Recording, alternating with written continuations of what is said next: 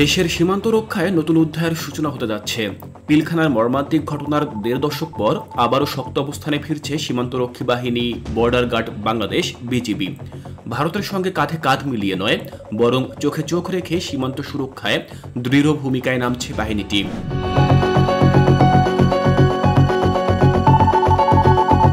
২০০৯ সালের ২৫ ও ২৬শে ফেব্রুয়ারি বাংলাদেশের ইতিহাসের এক কালো অধ্যায়। ঢাকার পিলখানায় তৎকালীন বাংলাদেশ রাইফেল বিডিআর সদর দপ্তরে ঘটে ভয়াবহ বিদ্রোহ। ২ দিনের সেই নৃশংস ঘটনায় প্রাণ হারান বাহিনীর ৫৭ জন সেনা কর্মকর্তা, যার মধ্যে ছিলেন পরিচালক, ডেপুটি চিফ এবং ১৬ জন সেক্টর কমান্ডার। এই ঘটনার পর ভেঙে পড়ে বাহিনীটির মনোবল ও কাঠামো।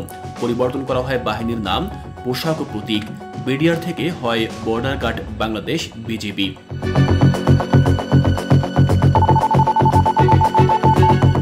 বর্তমান অন্তর্বর্তী সরকার ক্ষমতায় আসার পর বদলে গেছে দৃশ্যপট। সীমান্ত রক্ষায় আগের সেই দৃঢ়তা ফিরিয়ে আনতে এবং দেশের সার্বভৌমত্ব আরও জোরদার করতে বিজিবিতে ৩টি নতুন ব্যাটালিয়ন গঠনের সিদ্ধান্ত নেওয়া হয়েছে। এই ৩টি ব্যাটালিয়ন স্থাপন হবে ভুরুঙ্গুমারি, থানচি এবং মেহেরপুরে। স্বরাষ্ট্র মন্ত্রণালয়ের সীমান্ত এক শাখা থেকে মঙ্গলবার চিফ অ্যাকাউন্টস অ্যান্ড ফাইন্যান্স অফিসারের বরাবর পাঠানো এক চিঠিতে এ তথ্য জানানো হয়েছে।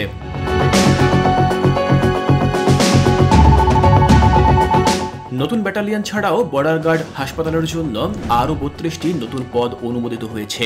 এতে সীমান্তে কর্মরত সদস্যদের চিকিৎসা ও প্রশাসনিক সুবিধা আরও বাড়বে। বর্তমানে বিজিবিতে মোট ৫৭,৪৭৭টি পদ বিদ্যমান। নতুন পদগুলো যুক্ত হলে মোট সংখ্যা দাঁড়াবে ৫৯,৭৩৫টি। অর্থ মন্ত্রণালয় ইতোমধ্যেই এসব নতুন পদ অনুমোদন করেছে বলে জানা গেছে।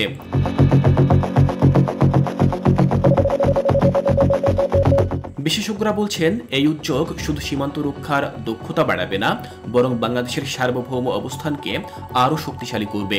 দীর্ঘদিন পর সীমান্তে আবারও নতুন আত্মবিশ্বাস নিয়ে দাঁড়াচ্ছে বাংলাদেশের সীমান্তরক্ষী বাহিনী বিজিবি।